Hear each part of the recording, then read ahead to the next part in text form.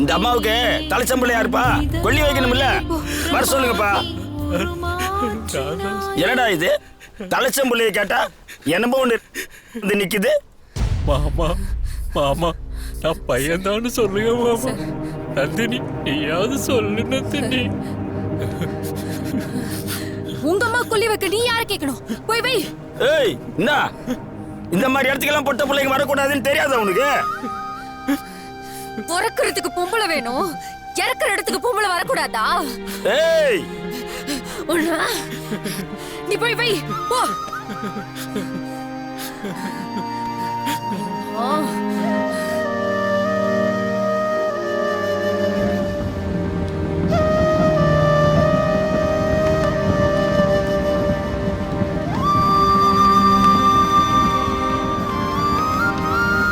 உங்கள் அம்மா வலியால் துடிச்சாங்க, வரம் கேட்டாங்க, அதனால கொன்னேன். அதுக்காக ஹாஸ்பிட்டலில் வலியால் துடிக்கிற எல்லாரையும் கொல்லுவியா? சார், நான் பண்ணதுக்கு பேர்லாம் கொலை இல்லை சார். உடம்புல சிக்கி தவிச்ச ஒரு உசிரை எடுத்து வானத்தில் பறக்க விட்டேன் சார். என்னைக்காவது கூண்டில் இருக்க புறாவை எடுத்து வானத்தில் பறக்க விட்டுருக்கீங்களா சார்? கடலோரமாக துடிச்சிட்டு இருக்க மீன் எடுத்து கடலுக்குள்ளே விட்டுருக்கீங்களா சார்? அந்த உசுறு உங்களுக்கு சொல்லிட்டு போன நன்றியை நீங்கள் உணர்ந்திருப்பீங்க சார். அது மாதிரி தான் சார், உடம்புல சிக்கி தவிச்ச உசிரை எடுத்து நான் வானத்தில் பறக்க விட்டேன் சார். நீ பண்ணதெல்லாம் என்னன்னு தெரியுமா உனக்கு? யூத்தனேஷியாடா. கருணை கொலை. கருணை கொலை கிரிமினல் அஃபென்ஸ் தான் சார். நீங்கள் ஆடோ கோழியோ சாப்பிடும்போது என்னைக்காவது அந்த ஆட்டுக்காக வருத்தப்பட்டிருக்கீங்களா சார்? அதே ஒரு ஆடு ரோட்டில் அடிபட்டு துடிக்கும் போது அதுக்காக நீங்கள் வருத்தப்பட்டிருப்பீங்க சார். ஏன்னா அந்த உசிறு இப்போ உடம்புல சிக்கிக்கிட்டு தவிக்குது சார். அந்த உசிரை எடுத்து நான் வானத்தில் பறக்க விட்டேன் சார். அந்த உசிறு என்கிட்ட நன்றி சொல்லிட்டு போடுத்தா உணர்ந்துருக்கேன் சார். நான் யாரையும் கொலை பண்ணலை சார். உடம்புக்கு தான் சார் பிறப்பு இறப்பெல்லாம், உசிருக்கு அது இல்லை சார். அது ஏதாவது ஒரு மூலையில் போய் பிறந்துடும் சார். அது சரி, நந்தினி எதுக்கு கொன்ன?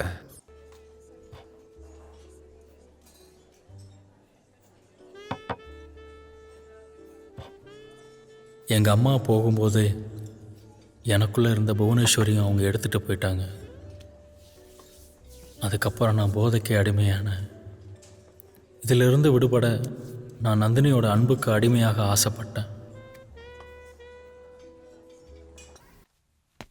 உடையால பெண்ணா மாற தெரிஞ்ச எனக்கு உள்ளத்தால ஒரு பெண்ணோட நிழலை கூட தொட முடியலை.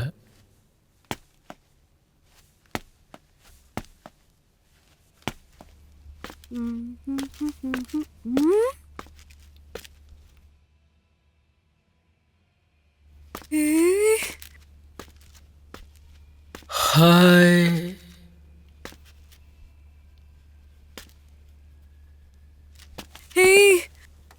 புவனேஸ்வரி, நீ எப்படி இங்க? என்ன பார்க்க தான் வந்தேன். என்ன பார்க்கவா? ஆமா. சரி, என்ன விஷயம்? உன்கிட்ட ஒன்னு சொல்லணும். என்கிட்டயா? என்ன சொல்லணும்? சொல்லு. எனக்கு எனக்கு உனக்கு ஒன்னு ரொம்ப பிடிச்சிருக்கு. எனக்கு ஒன்னு ரொம்ப பிடிச்சிருக்கு நந்தினி.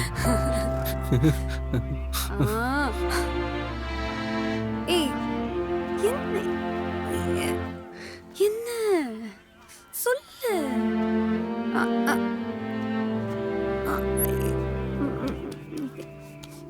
கார்த்திக்,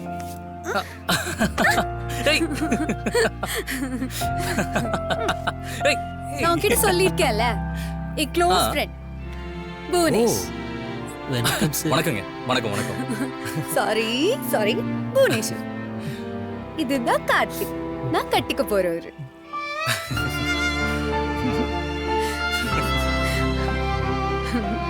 சரி, இங்க ரெண்டு பேருக்கு ஜோடி பொருத்தம் எப்படி இருக்கு?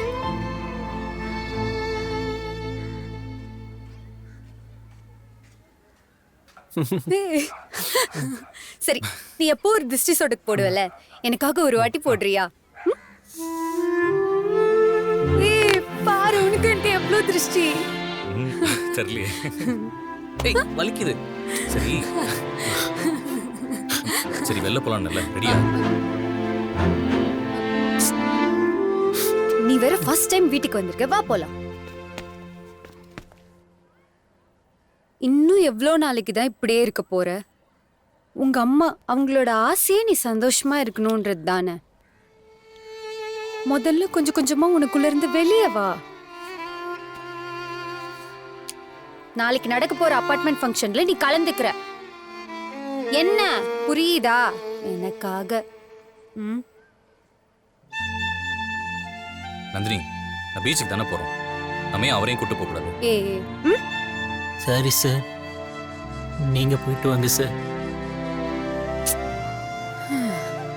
எனக்கு கொஞ்சம் வெளியில வேலை இருக்கு, போயிட்டு வர. ம். ம். ம். சரி விடுங்க, அவன் எப்பவுமே அப்படிதான். அடுத்ததா வந்து நம்ம அபார்ட்மெண்ட் ஃபங்க்ஷன்ல பெர்ஃபார்மன்ஸ் பண்ண போறது புவனேஷ். புவனேஷ் என்ற Bhuvaneswari, put your hands together. இவ தானே உன்னை செருப்பால் அடிச்சது. வா. இவள நீங்க என்ன பண்ற மட்டும் பாரு. ஓ பயப்படாம போ.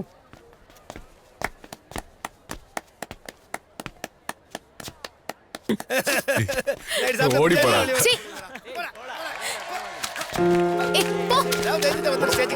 ஏய் போ. போடா போடா. ஏய் கிளம்பு. சீ.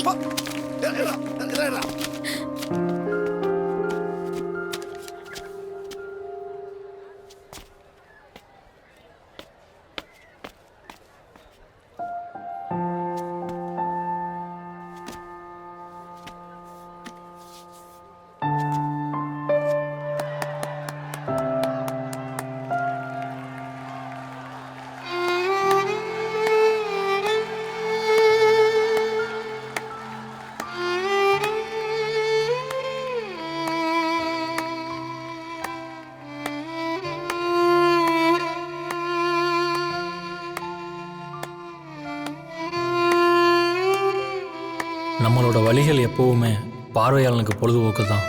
குழந்தை நடக்க தெரியாமல் தவறி கீழே விழும்போதெல்லாம் தாய் கைதட்டியே தன் குழந்தைய இளவப்பா. அது மாதிரி என் நந்தினியோட இந்த கைதட்டல் அப்போ எனக்கு ரொம்ப சந்தோஷத்தை கொடுத்துச்சு. இன்னைக்கு அவளோட பிறந்த நாள்.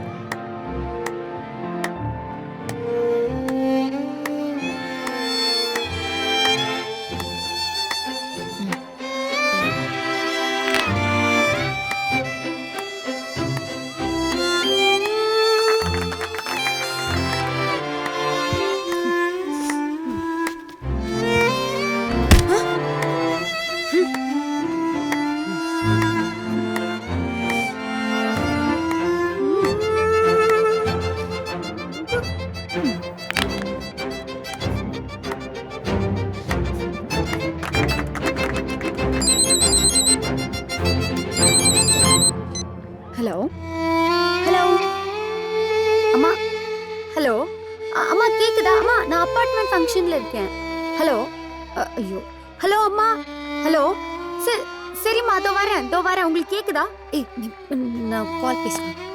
ஹலோ